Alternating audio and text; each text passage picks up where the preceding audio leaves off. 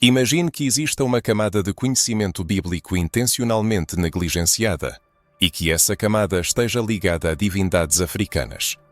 Tal afirmação pode parecer incrível, no entanto, evidências históricas apontam para a existência de conexões espirituais, textos e passagens que foram deliberadamente ocultados, suprimidos ou relegados ao esquecimento.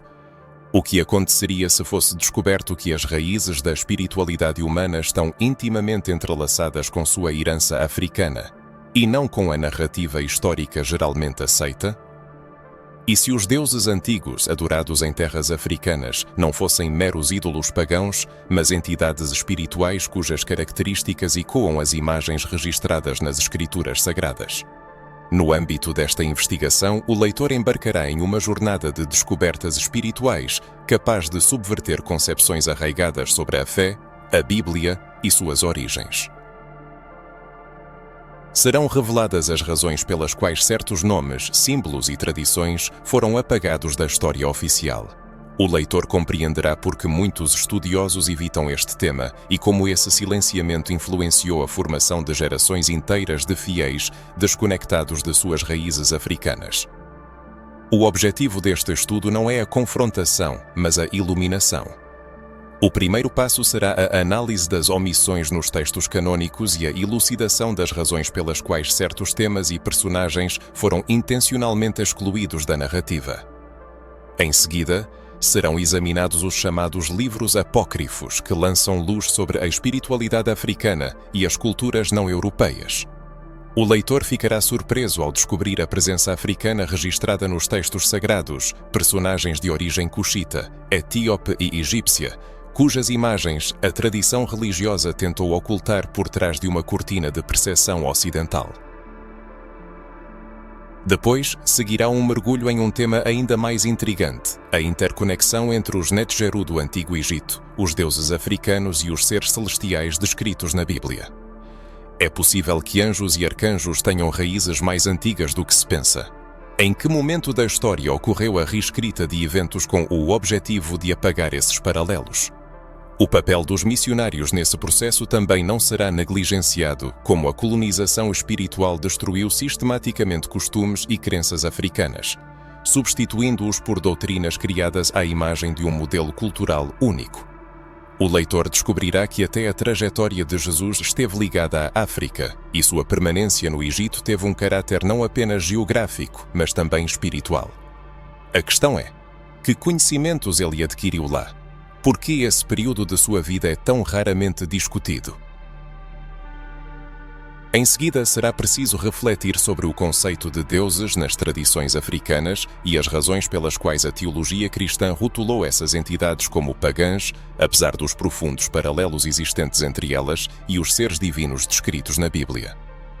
O leitor se deparará com o mito do monoteísmo puro, uma ideia que, sob uma análise mais atenta à luz dos textos originais, revela muitas contradições. Por que a Bíblia usa o termo Elohim no plural? O que isso atesta no contexto da diversidade espiritual dos tempos antigos?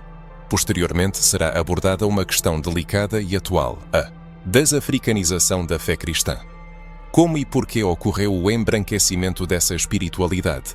E que impacto isso teve na identidade espiritual de milhões de pessoas? Concluindo, será proposto ao leitor refletir sobre como tudo o que foi exposto pode mudar sua percepção sobre a fé, a origem e o caminho espiritual. Prepare-se, a narrativa a seguir fará você repensar muitas crenças estabelecidas. Pensemos. Mas por que esse conhecimento não encontrou seu lugar nos livros bíblicos oficiais? Quem ousou decidir o que era digno de ser chamado sagrado e o que deveria ser entregue ao esquecimento? É precisamente aqui que surge um vazio abissal nos textos canônicos. Esse silêncio não foi uma coincidência, mas uma ação cuidadosamente planejada, metodicamente implementada e transmitida de geração em geração. E é esse silêncio que hoje pretendemos quebrar.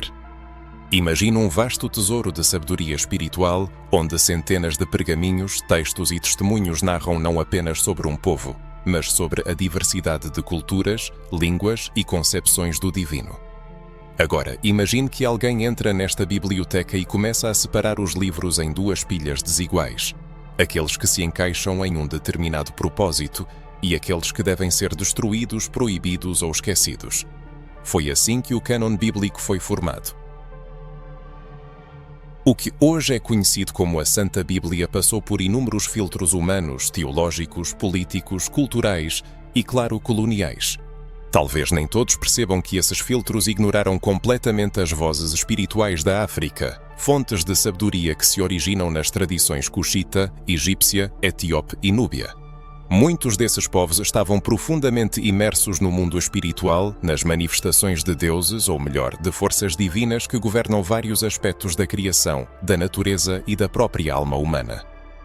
No entanto, essa riqueza de conhecimento foi considerada incompatível com o novo modelo teológico que se formava no Ocidente, especialmente após o fortalecimento da influência do Império Romano.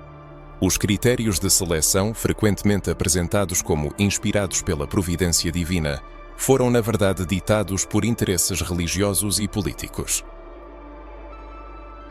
Existiam muitos textos que elogiavam tradições espirituais diferentes do judaísmo tradicional ou do cristianismo nascente, e por isso foram rejeitados.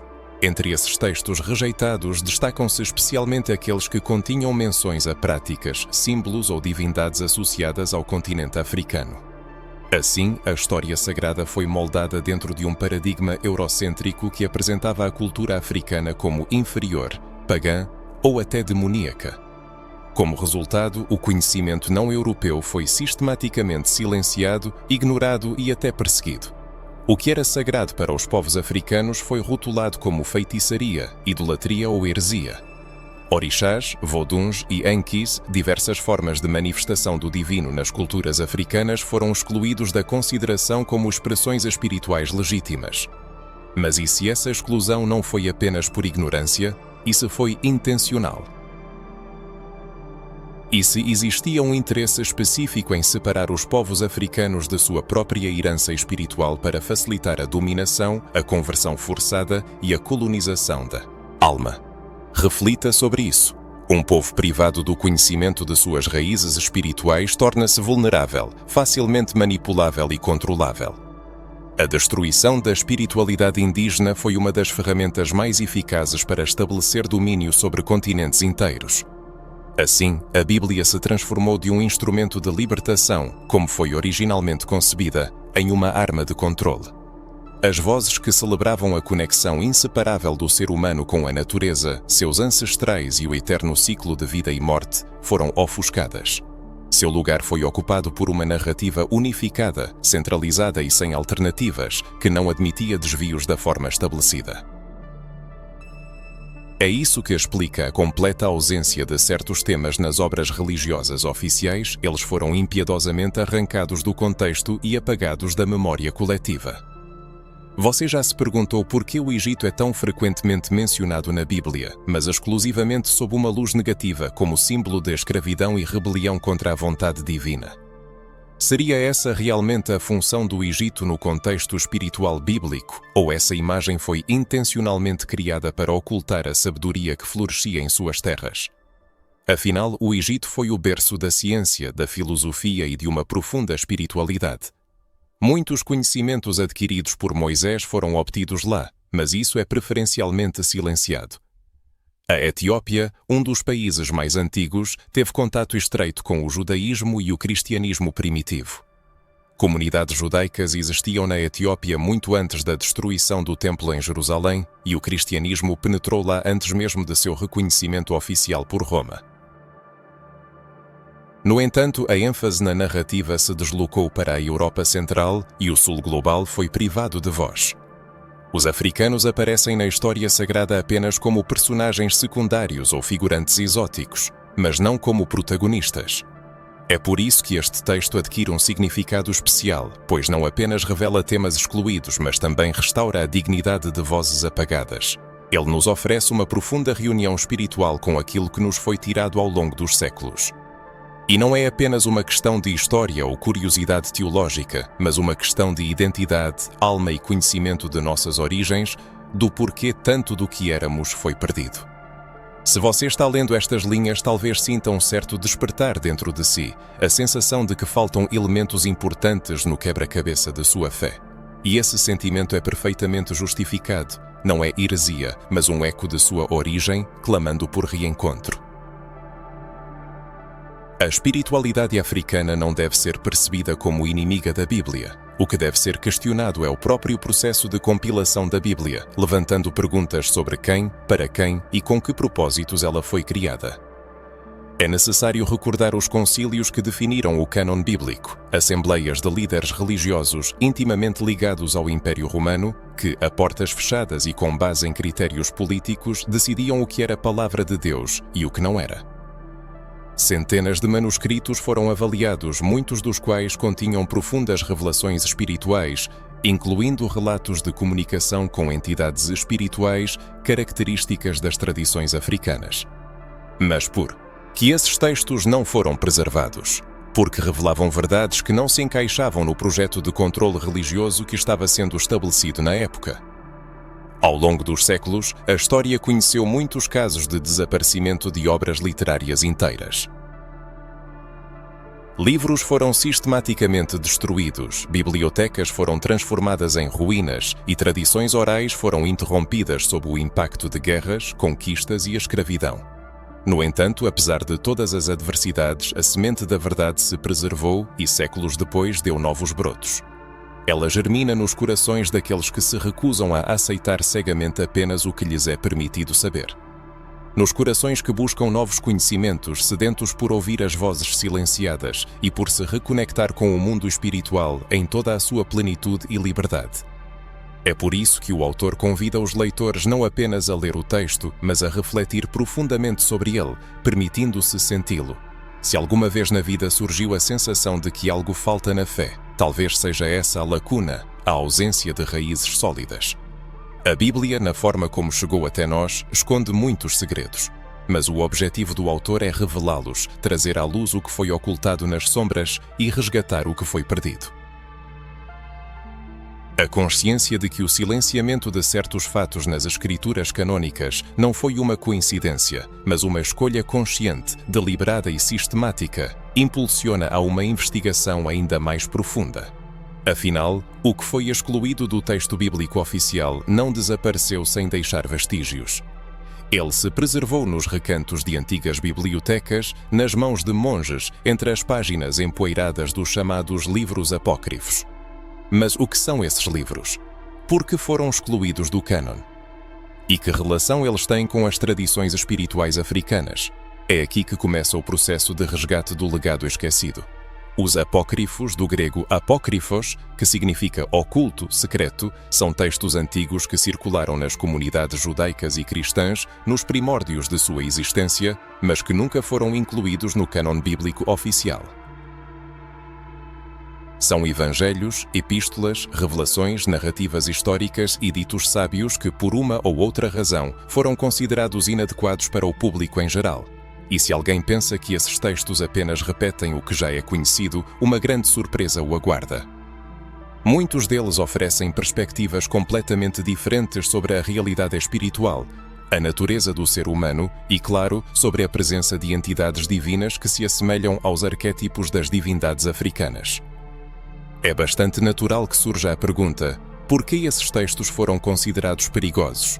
A resposta reside no fato de que eles expandiam demais a compreensão espiritual, davam voz a outras culturas, outras línguas, outras formas de comunicação com o divino. Eles não se encaixavam no sistema de coordenadas eurocêntrico que foi estabelecido posteriormente. Alguns deles contêm relatos simbólicos, visões espirituais e experiências místicas que se assemelham diretamente ao que os povos africanos praticavam muito antes da institucionalização do cristianismo. Um exemplo claro é como muitos desses textos narram contatos com seres de luz, espíritos ancestrais e guias espirituais que não se encaixam nos moldes da teologia tradicional, com seu modelo de oposição entre anjos e demónios. Em vez de uma dualidade rígida, os apócrifos oferecem uma espiritualidade mais flexível, onde o bem e o mal estão ligados não apenas à obediência cega, mas também ao conhecimento, à busca interior e à conexão direta com o divino. Isso não lembra como os orixás se manifestam nas tradições africanas como mensageiros entre os mundos, expressões vivas de forças espirituais que fazem parte do equilíbrio universal? Em muitas cosmologias africanas, o sagrado permeia a própria natureza, manifestando-se nos elementos como vento, trovão, água e terra.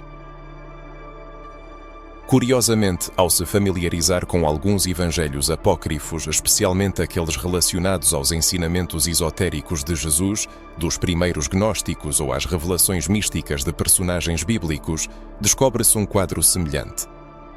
A espiritualidade aqui não se limita às paredes dos templos ou aos marcos institucionais, mas encontra sua expressão na própria criação, no estabelecimento de uma conexão com o mundo invisível e na sabedoria dos ancestrais, transmitida de geração em geração. Essa característica está profundamente enraizada na cosmovisão africana. Apesar das diferenças de nomes e símbolos inerentes a diferentes culturas, esses textos são unidos por um simbolismo rico e uma linguagem multifacetada. Provavelmente foi essa particularidade que levou à rejeição dos apócrifos por muitos líderes religiosos. Sua abertura à livre interpretação e ao contato direto com o sagrado, sem intermediários, representava uma ameaça ao sistema de poder que buscava controlar a fé. Os apócrifos, em essência, carregavam um potencial libertador, o que os tornava inadequados para a construção de um sistema religioso autoritário. Por essa razão, eles foram relegados ao esquecimento, embora não totalmente destruídos. É importante entender que, ao longo dos séculos, esses livros foram secretamente distribuídos entre sábios, místicos, monges e comunidades que resistiam ao controle imperial sobre a esfera espiritual. Entre os fragmentos preservados encontram-se menções a linhagens espirituais não judaicas, sacerdotisas, deuses antigos e práticas de cura que utilizam ervas, dança, música e o corpo. É notável que esses elementos também sejam parte integrante da espiritualidade africana. Seria isso uma coincidência? É preciso refletir porque exatamente esse tipo de espiritualidade mais orgânica, intimamente ligada ao corpo e à natureza, foi considerado inferior. Porque o sagrado passou a ser associado à rigidez, à punição e ao silêncio. Porque o corpo foi condenado, a música silenciada e os tambores emudecidos? Esta não foi apenas uma escolha teológica, mas uma estratégia deliberada de dominação, pois pessoas que vivem em harmonia com a natureza, que dançam, cantam e honram a memória de seus ancestrais, possuem autoconsciência e tais pessoas são mais difíceis de subjugar. Muitos textos apócrifos mencionam a existência de espíritos guardiões, entidades que acompanham a alma desde o nascimento e transmitem conhecimento diretamente do plano divino. Essa concepção de mentoria espiritual está profundamente enraizada nas tradições africanas. Na cultura iorubá, por exemplo, existe o conceito de Aye, uma entidade espiritual que guia o indivíduo em seu caminho de vida. Em alguns trechos apócrifos, essa ideia é expressa com outras palavras, mas a essência permanece a mesma. O ser humano não está sozinho. Ele carrega em si um reflexo do divino, uma centelha diretamente conectada ao Criador. Então, por que esse conhecimento nos foi ocultado? Por que não nos falaram sobre evangelhos que celebram o sagrado feminino, sobre visões espirituais com a participação de múltiplas entidades, sobre experiências de comunicação com seres de luz que, em suas funções simbólicas, se assemelham aos orixás e divindades africanas? Talvez porque, ao possuir esse conhecimento, perceberíamos que a espiritualidade não é propriedade exclusiva de uma única cultura, livro ou interpretação. Talvez nos sentiríamos novamente parte de algo muito maior e mais antigo. E essa verdade, que esteve oculta por séculos, está gradualmente vindo à tona. Muitas pessoas estão buscando o estudo desses livros para comparar seu conteúdo com a sabedoria ancestral e encontrar pontos de conexão. Esse processo tem um impacto transformador, rompendo o monopólio da fé e mostrando que Deus, que vive dentro de cada um, pode ter muitos nomes, formas e linguagens. E isso não é heresia, mas um despertar da memória, uma reunificação e uma libertação. O processo de conhecimento e despertar espiritual exige de nós a manutenção da imparcialidade e da abertura a novos saberes. À medida que nos aprofundamos no desconhecido, torna-se evidente que o quadro histórico geralmente aceito, ensinado nas instituições de ensino, representa apenas uma das possíveis visões do passado e nem sempre a mais fidedigna. Os textos apócrifos, por sua vez, abrem diante de nós um mundo de um cristianismo místico e multifacetado, intimamente ligado às raízes espirituais e aos aspectos invisíveis da existência. Eles servem como pontes para aqueles conhecimentos e experiências que tentaram apagar de nossa memória, mas que continuam vivos nas profundezas de nossa consciência. Se o leitor ainda sente interesse por essas questões, significa que essa conexão com o conhecimento perdido ainda está viva em sua alma. E juntos, estamos apenas começando a longa jornada de restauração de um legado esquecido. Ao tomar consciência da magnitude da ocultação intencional de informações, seja pela seleção seletiva de textos em concílios eclesiásticos ou pela exclusão sistemática de livros apócrifos, é necessário voltar a dar atenção para fatos que sempre estiveram acessíveis, mas permaneceram despercebidos. Na própria Bíblia, reconhecida como canônica, autorizada e difundida como verdade oficial, existem indicações explícitas da presença africana na história sagrada. No entanto, por razões que se tornam cada vez mais compreensíveis, essa presença não recebe o devido reconhecimento e destaque, sendo muitas vezes ignorada ou deliberadamente silenciada. Comecemos pelo nome Cuxe, que provavelmente é familiar a muitos, mas poucos se deram ao trabalho de estudar seu significado. Esse nome aparece repetidamente na Bíblia, especialmente no Antigo Testamento. Cuxe foi filho de Cam, neto de Noé e pai de Nimrod, o fundador da Babilônia. A região de Cuxe é identificada com Gu-Ashtamasomadamadit, território do atual Sudão, parte da Etiópia e do norte da África, terra de antigos reinos, cultura desenvolvida, ciência e espiritualidade. A Bíblia frequentemente menciona os cuxitas, mas raramente enfatiza que era um povo africano. Essa conexão é apresentada como um detalhe geográfico e não como um elemento definidor de identidade. No entanto, quando a África surge não apenas como pano de fundo, mas como protagonista da história, a perspectiva muda radicalmente. Outro personagem que frequentemente permanece nas sombras é o eunuco etíope, mencionado no livro de Atos. Ele era um alto funcionário da rainha Candace da Etiópia, um homem de profunda fé que estudava o profeta Isaías e buscava a iluminação espiritual. Foi a ele que o Espírito Santo direcionou o apóstolo Filipe. Surge a pergunta: por que Deus escolheu este africano e não outra pessoa? Porque uma das primeiras menções de conversão e batismo no Novo Testamento está ligada a um homem negro do coração da África. Este fato tem um enorme significado simbólico e espiritual. No entanto, raramente se ouve um sermão que celebre este episódio. Por quê? E o Egito? O Egito. Quantas vezes este país é mencionado nas páginas da Bíblia? Dezenas, centenas de vezes. O Egito é palco de eventos cruciais: a história de José, a fuga de Jacó, o nascimento de Moisés, o Êxodo, milagres e prodígios. Até o menino Jesus foi levado para o Egito para escapar da perseguição de Herodes. O Filho de Deus viveu em terra africana, respirou seu ar, cresceu sob a influência espiritual e cultural deste país. Mas quando foi a última vez que alguém falou de Jesus na África, não apenas como um refugiado, mas como parte de seu desenvolvimento espiritual? A presença africana é óbvia, mas está ausente na narrativa geralmente aceita. Porque, apesar de todas essas evidências, a África não é reconhecida como parte integrante da espiritualidade bíblica? A resposta pode parecer dura, mas é necessário dizê-la. Houve uma tentativa clara de romper a ligação entre a fé e as raízes africanas para estabelecer o domínio, reescrever a história e apagar a memória. Ao longo dos séculos, arraigou-se no imaginário público a ideia da Bíblia como uma criação puramente europeia, na melhor das hipóteses, desprovida de identidade étnica. No entanto, isso está longe da verdade. Uma parte significativa dos personagens bíblicos não pertencia à raça caucasiana, e muitos deles tinham raízes africanas diretas, seja por origem, local de residência ou chamado espiritual. Tomemos, por exemplo, Moisés, uma figura verdadeiramente notável. Ele cresceu na corte egípcia, recebeu uma educação baseada na sabedoria dos egípcios, ou seja, sabedoria africana. Foram esses conhecimentos que lhe permitiram tornar-se líder, libertador e legislador. No entanto, esse aspecto de seu desenvolvimento espiritual frequentemente permanece sem a devida atenção. O que ele aprendeu no Egito?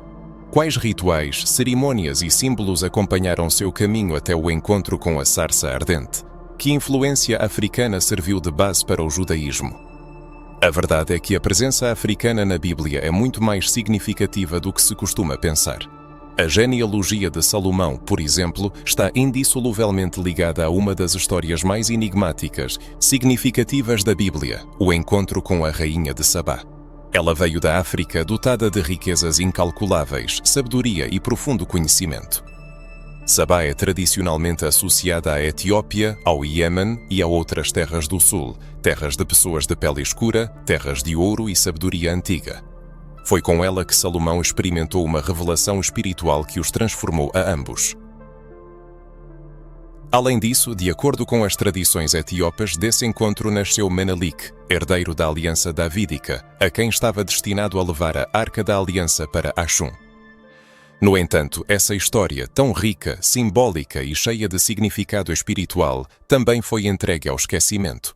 Não é de surpreender que, quando o foco está no modelo europeu de fé, todo o resto é percebido como uma ameaça e a presença africana na Bíblia se torna inconveniente. É por isso que ela é silenciada e a iconografia bíblica, ao longo dos séculos, foi submetida a um embranquecimento. Jesus é retratado como europeu, Maria como de pele clara e todos os apóstolos são representados como se fossem da Escandinávia. No entanto, hoje ocorre um despertar. Estamos reinterpretando os textos, olhando para eles com um olhar imparcial. Estamos trazendo à luz o que foi enterrado sob o peso do medo, do poder e do controle.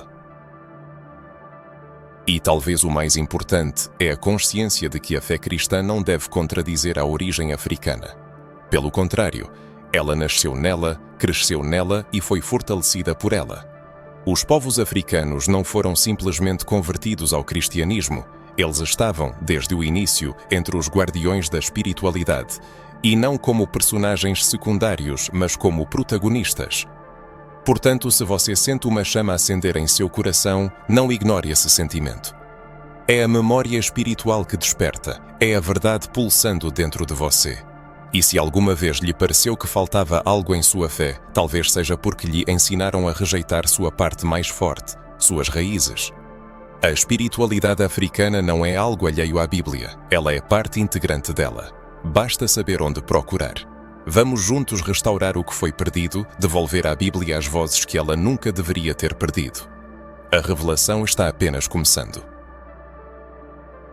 À medida que as camadas impostas pela história institucional se desfazem, uma revelação surpreendente emerge. O sagrado é muito mais vasto, profundo e antigo, com raízes fincadas em solo africano, contrariando as concepções estabelecidas. Nesse contexto, surge uma questão delicada, mas crucial, que exige uma consideração atenta e destemida. Não haverá uma semelhança, ou mesmo uma origem comum, entre os Neteru egípcios e as entidades celestiais conhecidas como anjos nos textos bíblicos? E se os anjos, reverenciados hoje, forem adaptações simbólicas de divindades africanas que existiam muito antes da formação da teologia cristã? Ao mergulhar nessa reflexão, é importante lembrar que o objetivo não é minar qualquer fé, mas sim restaurar conexões espirituais que foram violentamente rompidas. Os Neteru, termo do egípcio antigo que designa princípios divinos ou forças espirituais da natureza, não eram vistos como deuses no sentido pagão, como o mundo ocidental tentou apresentá-los. Pelo contrário, representavam diversas manifestações do Divino Supremo, cada uma responsável por um aspecto específico da criação. Eles personificavam a ordem cósmica, o equilíbrio entre os mundos visível e invisível, e a conexão direta entre os seres humanos e o Criador. Ao examinar mais atentamente os anjos bíblicos, suas descrições como mensageiros, guardiões, guerreiros, seres alados, entidades que se comunicam com profetas, que trazem revelações divinas e executam julgamentos, revelam uma semelhança simbólica com o papel dos Neteru na espiritualidade egípcia antiga. Esse padrão, que permeia as culturas, carrega a mesma essência, a mediação entre os mundos humano e espiritual. Consideremos, por exemplo, Gabriel, o anjo da Anunciação, e comparemo-lo com Thoth, o Néteru responsável pela sabedoria, escrita, conhecimento e comunicação entre os mundos. A semelhança funcional é impressionante. Ambos são mensageiros, revelando segredos e associados à palavra, ao princípio criativo. Analogamente, Miguel, o arcanjo guerreiro que luta em nome de Deus contra as forças do mal, encontra paralelos em Horus, o protetor, o lutador pela justiça, que derrota o caos, personificado por Set. Essas conexões não são acidentais e não devem ser vistas como uma ameaça à fé cristã. Pelo contrário, podem ser interpretadas como uma origem comum, uma raiz espiritual compartilhada por culturas que na antiguidade tinham uma visão holística da realidade. Surge a questão: por que essas semelhanças foram ocultadas ou desacreditadas? Por que os Néteru foram rotulados como ídolos enquanto os anjos foram elevados como os únicos verdadeiros mensageiros dos céus? A resposta reside na formação de uma narrativa religiosa dominante que buscava apagar ou demonizar tudo o que não fosse europeu, tudo o que não se encaixasse na nova estrutura teológica criada séculos após a vida de Jesus. Esse processo afetou as divindades africanas, os princípios cósmicos egípcios e os arquétipos espirituais de origem africana, que por muito tempo serviram como base da conexão entre os humanos e o divino. Apesar dessas tentativas de apagamento, a espiritualidade popular mantém vestígios dessas profundas conexões. As pessoas continuam a sonhar com figuras aladas, a sentir presenças e a ouvir vozes interiores que guiam, protegem e alertam. Esses fenômenos, difundidos em todas as culturas, são conhecidos, nomeados e reverenciados em muitas tradições africanas e afrodiaspóricas. Eles são chamados de orixás, voduns e quisesses, e possuem características semelhantes às dos anjos bíblicos, lutando contra forças negativas, guiando caminhos, protegendo crianças e trazendo equilíbrio. A diferença reside em como o sistema decidiu nomear e aceitar cada um deles. Não seriam os anjos que aprendemos a reverenciar em essência os mesmos princípios divinos que os africanos sempre conheceram e respeitaram? Não seria o que hoje chamamos de misticismo egípcio uma teologia tão profunda e estruturada quanto qualquer outra religião monoteísta? A ideia de um único Deus não coexistia com a presença dos Néteru, assim como o cristianismo fala de um único Deus e seus anjos. Aqui começamos a entender que a espiritualidade nunca foi sobre divisão, mas sobre símbolos. A diferença não está na essência, mas na linguagem. O Ocidente desacreditou as linguagens espirituais africanas, ignorou seus símbolos e, em seguida, reaproveitou os mesmos arquétipos em outra estrutura, branca, romana e autoritária. O que era Néteru tornou-se anjo, o que era orixá tornou-se demônio, o que era sabedoria ancestral tornou-se heresia. Mas a energia permaneceu a mesma. A mesma vibração espiritual que movia os antigos sacerdotes de Kemet, invocando a presença dos Néteru para harmonizar o espírito humano com o cosmos, é a mesma que muitos hoje chamam de presença angelical quando sentem algo inexplicável. Nos textos sagrados da Bíblia, embora o termo Néteru não seja empregado, podem-se encontrar ecos do reconhecimento da influência espiritual de forças superiores. Um exemplo claro são as descrições de anjos que aparecem em um brilho ofuscante, como entidades de fogo em carruagens giratórias, com múltiplas asas, vozes estrondosas e portando mensagens capazes de mudar o curso da história. Imagens semelhantes encontram paralelos nas antigas representações egípcias de divindades. Uma trágica falha foi a divisão artificial das tradições espirituais, erguendo barreiras entre diferentes crenças. Afirmava-se que a espiritualidade africana era incompatível com a fé cristã, que o Egito era símbolo de escravidão e não fonte de sabedoria, que os deuses antigos eram falsos e os novos verdadeiros. No entanto, ao enxergar com o olhar espiritual, torna-se evidente que tudo está interligado, que tudo reflete e simboliza um ao outro. Um único Criador pode manifestar-se em diversas formas, dependendo da língua, do tempo e da cultura. É por isso que esta reflexão deve ecoar. Talvez aquilo que se convencionou chamar de anjo seja um princípio conhecido e reverenciado nas civilizações africanas muito antes da criação da Bíblia. Talvez a espiritualidade que o ser humano busca já pulse dentro dele, esperando ser reconhecida sob um nome que ressoe com sua alma. Talvez a reunião com os Neteru, com os mensageiros africanos, com os símbolos entregues ao esquecimento, seja o início de uma profunda cura espiritual. Ainda há muito a descobrir, pois quanto mais o ser humano avança no caminho do conhecimento, mais percebe que as verdades que moldam sua fé foram cuidadosamente selecionadas, cortadas e ajustadas. No entanto, nesse quebra-cabeça espiritual, há um elemento-chave que exige uma reavaliação, uma figura central e inquestionável, cuja história foi intencionalmente simplificada. Refiro-me a Jesus, o Messias, o Cristo, o Mestre. Chegou a hora de nomear abertamente o processo que, ao longo dos séculos, contribuiu para a desunião espiritual de milhões de pessoas, a colonização espiritual. E é preciso refletir profundamente sobre o papel cruel e sistemático dos missionários nesse processo de apagamento. É impossível discutir fé, Bíblia e a espiritualidade africana sem abordar diretamente o papel das missões religiosas nos territórios colonizados. Na era da escravidão e da expansão imperial europeia, os missionários não eram apenas pregadores da fé, mas também soldados espirituais em um projeto grandioso de civilização, catequização e formação. Seus alvos eram os povos africanos e seu instrumento a reinterpretação da Bíblia de acordo com os interesses dos colonizadores. A tarefa consistia em erradicar crenças consideradas perigosas para o projeto de dominação. E quando se diz erradicar, não é uma metáfora. Trata-se de aldeias inteiras onde tambores foram queimados, sacerdotes ancestrais foram perseguidos, rituais antigos foram demonizados e línguas espirituais foram substituídas por orações decoradas. Crenças que sustentavam a alma do povo foram estigmatizadas como feitiçaria, magia e idolatria.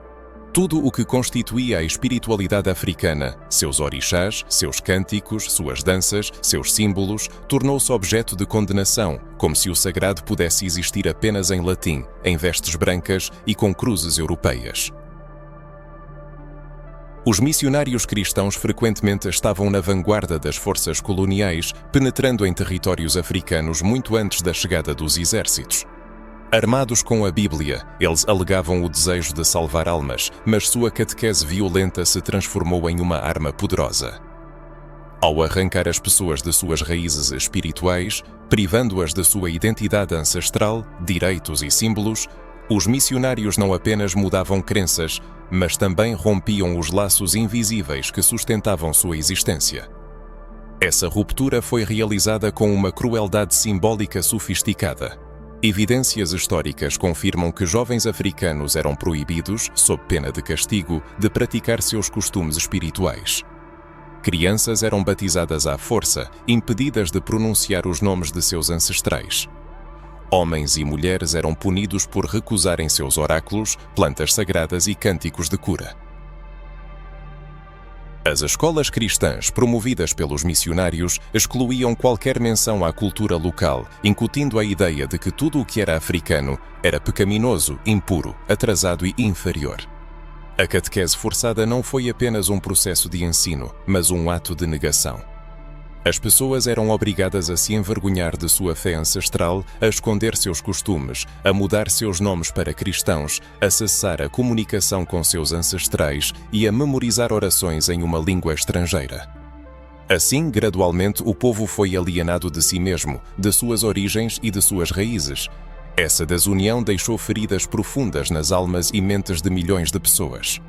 Paradoxalmente, tudo isso foi feito em nome de Deus, como se o Criador precisasse apagar povos inteiros para se manifestar, como se o Criador pudesse ser compreendido apenas através do prisma de Roma, ou sob a sombra de uma cruz imposta.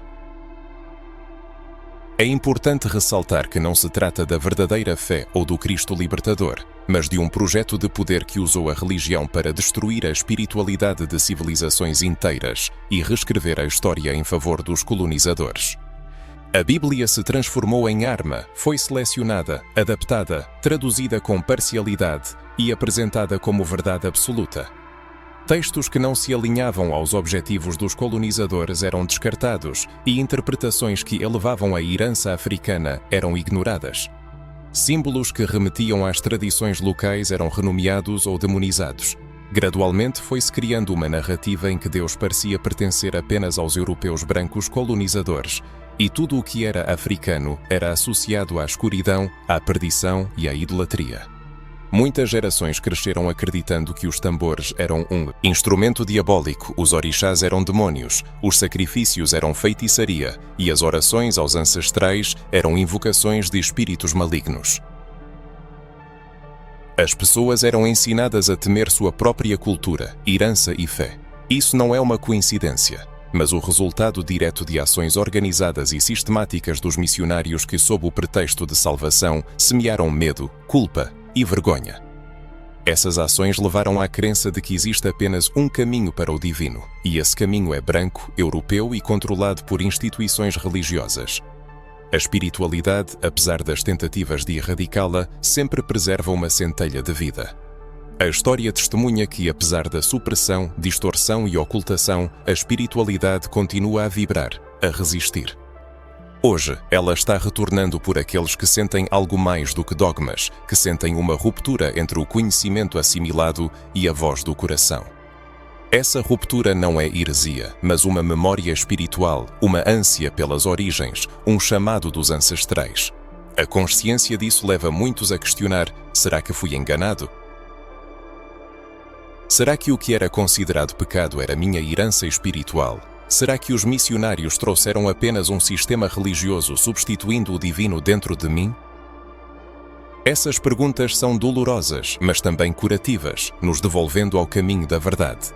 Se você chegou a este estágio, sente que a espiritualidade não pode ser limitada por estruturas impostas.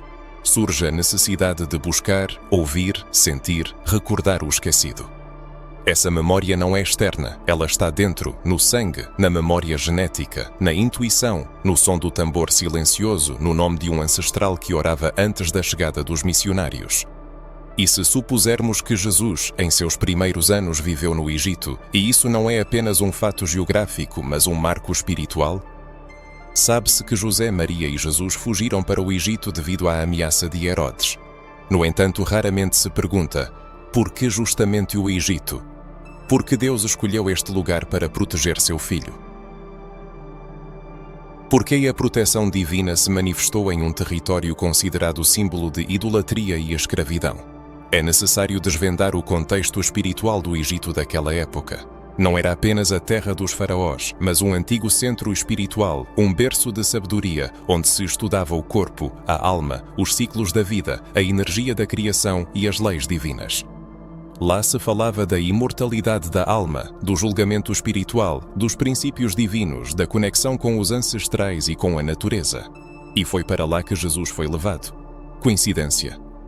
Nos anos passados em terras africanas, Jesus viveu entre o povo, caminhou pelos mercados, observou cerimônias, ouviu cânticos, viu sacerdotes e sacerdotisas nos templos, respirou a espiritualidade africana.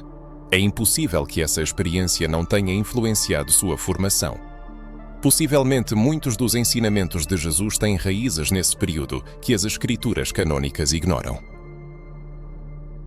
É surpreendente como frequentemente se ignora o fato de que os ensinamentos de Jesus Cristo são repletos de linguagem misteriosa, parábolas e símbolos. Suas metáforas, que aludem ao invisível, ao princípio divino dentro de cada ser humano, à necessidade de renascimento espiritual e purificação da alma, evocam involuntariamente as antigas escolas de iniciação egípcias. Nesses locais sagrados, os discípulos passavam por uma série de ritos, provações e revelações, buscando a mais alta iluminação espiritual. Não parece simbólico que Jesus, segundo a tradição, cresceu em sabedoria e graça, iniciando o seu ministério apenas aos 30 anos, na época em que, de acordo com as tradições esotéricas do Egito, o iniciado alcançava a maturidade necessária para a mentoria espiritual? O Antigo Egito, ao contrário das sombrias representações dos teólogos medievais, era uma terra de conexões e entrelaçamentos espirituais. Parece bastante provável que, em sua juventude, Jesus pequeno, estando nesse caldeirão espiritual, tenha absorvido elementos da sabedoria ancestral que posteriormente reinterpretou à luz de sua missão messiânica. Suas palavras, "O reino de Deus está dentro de vós", encontram um eco direto no ensinamento egípcio sobre a presença divina no coração humano. As curas que ele realizava com o toque, com a arjútica, com a argila ou com o hálito, se assemelham às práticas dos sacerdotes do Nilo, que possuíam o conhecimento da energia vital contida nos elementos. Suas reflexões sobre a luz e as trevas, sobre o despertar espiritual, são uma continuação do diálogo com uma tradição que há milénios explorava esses caminhos. Mas por que esse aspecto da biografia de Jesus é tão silenciado? Porque sua permanência no Egito é apresentada apenas como um episódio insignificante. O reconhecimento da influência da cultura egípcia na formação da visão de mundo espiritual de Cristo destruiria a ideia estabelecida de que todas as suas raízes espirituais se originam exclusivamente na tradição judaica. Isso significaria admitir que Cristo, cujo ensinamento tem caráter universal, foi formado sob a influência da cultura africana, da simbologia e a espiritualidade egípcia, existentes muito antes do cristianismo. Para o olhar colonial, enraizado na fé institucional, isso seria inaceitável. O reconhecimento de que Jesus buscou sabedoria em fontes egípcias oferece a milhões de pessoas de ascendência africana a oportunidade de se reconectar com sua fé sem culpa e sem medo, sem a necessidade de abandonar sua herança. Isso permite compreender que a espiritualidade africana não é hostil a Cristo, mas faz parte de seu caminho. E isso muda radicalmente nossa percepção de nós mesmos, da cruz e das formas de compreender o divino, devolvendo-nos o que foi perdido, a fé de que Deus se manifestou também em nossa terra, através de nossa língua e símbolos. Imagine só o significado que isso pode ter para uma criança negra, crescendo em meio a noções da depravação de sua cultura, da necessidade de abandonar tudo o que é africano para ser aceita por Deus. E se ela soubesse que o próprio Cristo viveu entre seus ancestrais e talvez justamente lá conheceu os fundamentos da justiça, do amor e do equilíbrio muito antes de sua aparição em Jerusalém. Esse conhecimento cura, fortalece e reconecta. É um convite a olhar para Jesus não como propriedade de uma única cultura, mas como uma personalidade universal, cujo caminho passou pela terra africana, onde começou a formação de sua maior missão. Isso não diminui Cristo, mas ao contrário, expande, enriquece, liberta a fé, livrando-a do verniz colonial e devolvendo-a às suas origens espirituais. A presença africana na história de Jesus afeta radicalmente a reconexão com a espiritualidade, o que levanta a questão do conceito de deuses nas tradições africanas. Existe uma concepção errônea e frequentemente demonizada dessas entidades espirituais. O estudo dos orixás, voduns, anquises e outras manifestações da divindade mostra que o problema reside não na teologia, mas na semântica, cultura e política. No contexto europeu, a palavra Deus implica hierarquia, exclusividade e dominação. Os missionários europeus, ao chegarem à África, erroneamente equipararam as forças espirituais locais a deuses falsos ou demónios, o que demonstra sua ignorância cultural. Os orixás, difundidos nas tradições iorubás e nas religiões da diáspora africana, não são rivais de Deus. Eles representam princípios divinos, manifestações do Criador Supremo Olodumare ou Olorun. Os orixás governam os elementos da natureza e os aspectos da vida, por exemplo, Xangô simboliza a justiça, Ogum a força, Oxum a fertilidade e Iemanjá a maternidade. Eles não competem com Deus, mas o revelam como as facetas da criação divina. Analogamente, os anjos bíblicos, como Gabriel, Miguel e Rafael, têm seus papéis e missões. Gabriel é o mensageiro, Miguel o guerreiro, Rafael o curador. A lógica é semelhante, um só Deus, mas uma multiplicidade de seres que agem em seu nome. A diferença está apenas na linguagem. O que no cristianismo se chama anjo, na tradição africana é um orixá, vodun ou nkisi. As funções e símbolos são paralelos, mas a atitude em relação a essas manifestações difere. Os voduns, nas tradições do Benin, Togo e da cultura Jeje, são energias e forças espirituais que participam da criação e da ordem cósmica. Eles interagem com as pessoas através de rituais e oferendas. Os Ankisi, nas tradições Bantu, são entidades espirituais ligadas aos elementos da natureza. Todos esses sistemas reconhecem um Deus supremo, cujas manifestações estão presentes na criação através de entidades intermediárias. Este modelo não é politeísmo no sentido europeu, mas representa uma profunda espiritualidade ligada à natureza. As tradições africanas reconhecem que o divino se manifesta de diferentes formas e as pessoas precisam de imagens e rituais para se aproximar do mistério. Mergulhando no mundo dos mistérios, a narrativa retorna aos textos sagrados da Bíblia. Nos próprios Salmos, encontram-se menções a anjos servidores, espíritos de fogo e seres celestiais que rodeiam o trono divino. Os profetas eram agraciados com visões de seres dotados de múltiplas asas e rostos, suas vozes ressoando como trovões. João Evangelista, no Apocalipse, descreve entidades que escapam a qualquer classificação racional. Em termos espirituais, isso não difere muito da experiência transmitida por séculos nas culturas africanas. No entanto, o cristianismo colonial criou uma dicotomia artificial, ou a adoração ao seu Deus, ou a imersão na escuridão. Como resultado, as práticas espirituais africanas foram empurradas para o domínio do proibido. Os orixás foram atribuídos o papel de entidades malignas, os rituais se transformaram em macumba, e as folhas sagradas foram estigmatizadas como feitiçaria. Tudo o que não se conformava ao modelo romano foi rejeitado. Isso levou milhões de africanos a se envergonharem de suas raízes espirituais, acreditando que a aceitação do cristianismo exigia a renúncia completa de sua identidade. PT-BR. Mas hoje, essa mentira está sendo desmascarada. Compreender a verdadeira natureza dessas entidades nos permite perceber que elas sempre foram condutoras de energia divina. Cada orixá simboliza um aspecto específico dentro de nós e ao nosso redor. As danças rituais, os ritmos dos tambores, as ofrendas e o axé, tudo isso são elementos de uma profunda linguagem espiritual, a sabedoria dos ancestrais, uma fé viva, legítima e poderosa.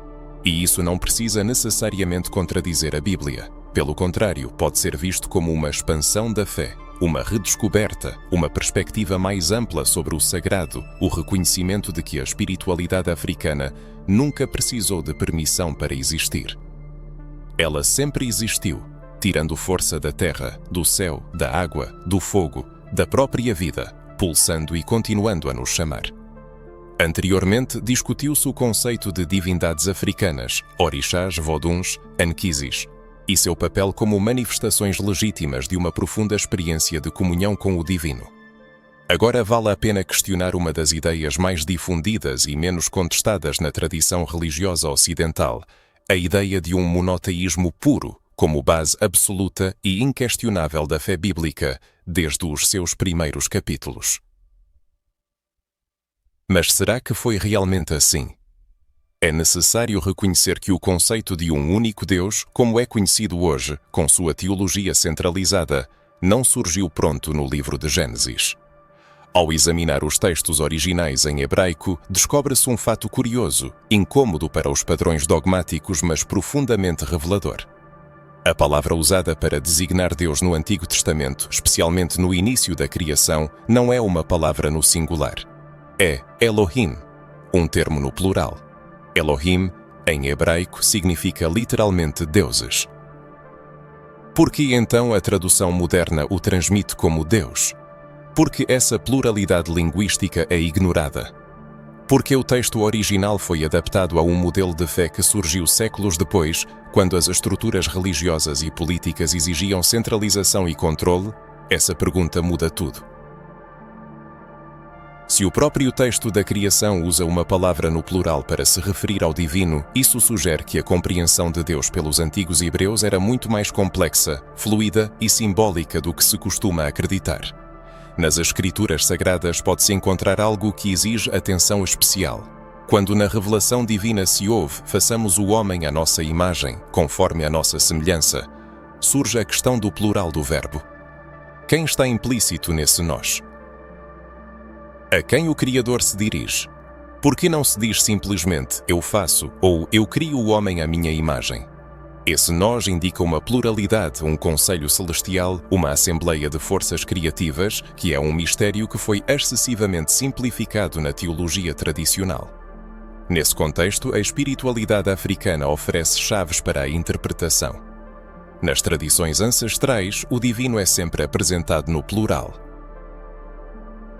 Mesmo ao reconhecer um Criador Supremo, existe a compreensão de que ele é tão grandioso, vasto e inatingível que só pode ser percebido através de diversas manifestações, através dos elementos, ciclos, espíritos e entidades mediadoras. Essa visão é profundamente compatível com a concepção original de Elohim, indicando não apenas um ser isolado, mas um conjunto de forças espirituais envolvidas no ato da criação. No entanto, com o tempo, essa pluralidade foi ajustada e moldada até ser reduzida à ideia de um monoteísmo estrito. Isso se tornou não apenas uma evolução espiritual, mas uma necessidade política. Estados que buscavam centralizar o poder também precisavam centralizar a fé. Um rei, um templo, um Deus. A ideia de pluralidade espiritual parecia perigosa, pois permitia a liberdade, a conexão com outros sistemas espirituais, incluindo as crenças africanas. Assim, ocorreu o que frequentemente se encontra na história da dominação, um processo de limpeza simbólica. A diversidade cedeu lugar a uma narrativa única, o feminino foi apagado, o espiritual plural foi rotulado como idolatria e o plural Elohim se transformou em um singular absoluto que então passou a governar toda a estrutura religiosa. Mas isso não foi o começo, e sim uma versão posterior da história, adaptada para servir a certos interesses. Retornando aos textos mais antigos, fica claro que o povo hebreu coexistia com outras culturas e seus deuses. Houve relações, trocas, disputas e também influências mútuas. É por isso que o Antigo Testamento menciona vários nomes de outras divindades: Baal, Aserá, Moloque. Eles não eram apenas inimigos espirituais, mas parte da paisagem espiritual da época. E muitas vezes o próprio povo de Israel os adorava, apesar das advertências dos profetas. Isso demonstra que a experiência religiosa não era monolítica, mas sim uma coexistência de crenças, uma constante oscilação entre o singular e o plural. A história do Egito, onde Jesus viveu, onde Moisés foi criado, onde a sabedoria antiga floresceu, confirma essa lógica, um Deus supremo, criador de tudo, e diversas manifestações desse Deus na forma de princípios divinos. Isso não parece estranho. Se lembrarmos do que foi discutido anteriormente, anjos, arcanjos, tronos, potestades, todos esses termos são encontrados na Bíblia e indicam diversas formas de presença espiritual. Isso é monoteísmo puro ou algo mais complexo? Talvez esteja ocorrendo uma redescoberta de uma verdade espiritual que o sistema tentou ocultar. A pluralidade não contradiz a fé. O sagrado pode se manifestar em múltiplas formas. O reconhecimento da diversidade espiritual não é idolatria, mas reverência. A linguagem dos ancestrais africanos, com seus nomes, elementos, ritos, não precisa ser rejeitada para ter acesso a Deus. Pelo contrário, talvez seja o caminho mais verdadeiro para o Criador que se revelou como Elohim. Imaginemos por um momento que Deus, assim como nós, é descendente de africanos. Uma reflexão como essa pode causar desconforto, tirando-nos das dogmas habituais, do pensamento linear e dos sistemas fechados. No entanto, ela pode nos transportar para um espaço mais amplo e verdadeiro, intimamente ligado à essência primordial. Ao nos permitirmos tais pensamentos, sentimos uma transformação interna, o despertar de uma memória e uma voz que confirma verdades há muito conhecidas. Atualmente, a humanidade enfrenta um dos traumas espirituais mais profundos da história. Essa ferida aberta, mas silenciada, pulsa diariamente nos corações de pessoas de pele escura que buscam encontrar Deus em um sistema que as excluiu da narrativa sagrada por séculos. Trata-se da desafricanização da fé cristã, um processo cruel e sistemático que ainda é mantido por instituições, tradições e discursos que buscam apagar as raízes originais da espiritualidade negra. Talvez essa questão nunca tenha sido profundamente analisada. No entanto, se a fé cristã surgiu no Oriente Médio, entre povos semitas, e floresceu nas terras do Egito, Etiópia, Núbia e Canaã, porque as imagens de Jesus, dos apóstolos, dos profetas e até dos anjos apresentam rostos brancos, olhos claros e traços europeus que nunca foram encontrados nessa região? Porque a estética da fé foi intencionalmente embranquecida? Porque a imagem do divino foi transformada para se assemelhar ao colonizador e não às pessoas entre as quais a história sagrada ocorreu? Não é apenas uma questão de arte ou preferências visuais, mas uma estratégia teológica e política. O embranquecimento da fé tornou-se parte integrante do projeto de dominação espiritual que acompanhou a colonização. A imagem de um Jesus loiro, um Deus europeu e uma Bíblia associada à voz do opressor não surgiu por acaso. Ela foi criada para legitimar o poder branco como uma extensão da vontade divina. Quando o Salvador é retratado com a pele do Senhor, surge a crença de que a libertação só pode vir através dele. Isso reflete de forma profunda, cruel e diabolicamente precisa a experiência de muitas pessoas negras que foram ensinadas a se curvar a uma fé que nega suas origens, demoniza seus símbolos e proíbe seus ritmos. Uma fé que proclama Jesus te ama, mas não permite imaginá-lo com um rosto africano que prega o amor, mas nega os tambores, que fala de perdão, mas não reconhece o crime espiritual da escravidão cometido sob o signo da cruz. A fé foi arrancada do solo africano e transplantada para o europeu, onde tudo foi reconstruído para preservar a branquitude como símbolo de pureza, salvação e poder espiritual. A história testemunha claramente isso, embora nem sempre seja ouvida do púlpito. A espiritualidade cristã chegou ao continente africano muito antes da chegada dos europeus em navios negreiros. Na Etiópia, comunidades cristãs existiam já nos primeiros séculos da nossa era. O Egito foi um dos primeiros centros do cristianismo primitivo, onde pensadores, místicos e mestres moldaram a teologia inicial. No entanto, tudo isso foi apagado da memória coletiva para que a narrativa de um Salvador branco pudesse se firmar como norma global. A desafricanização não se limitou às imagens, ela penetrou nas doutrinas, declarando as manifestações culturais africanas como pecaminosas. Desde tempos imemoriais, pessoas de pele escura têm enfrentado preconceito, seus corpos demonizados e considerados pecaminosos.